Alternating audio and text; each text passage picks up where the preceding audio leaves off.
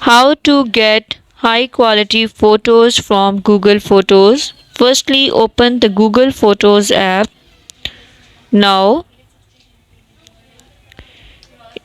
you can see here Google Photos app. Click on the ID here which is present at the right top corner. Now before this, just make sure watch the complete video and follow each step carefully to avoid forgetting anything and making mistakes.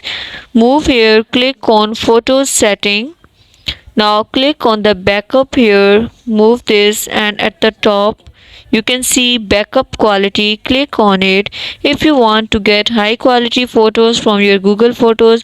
Now select this original quality. In this way you will get your high quality photos on Google Photos. Thank you so much. That was all.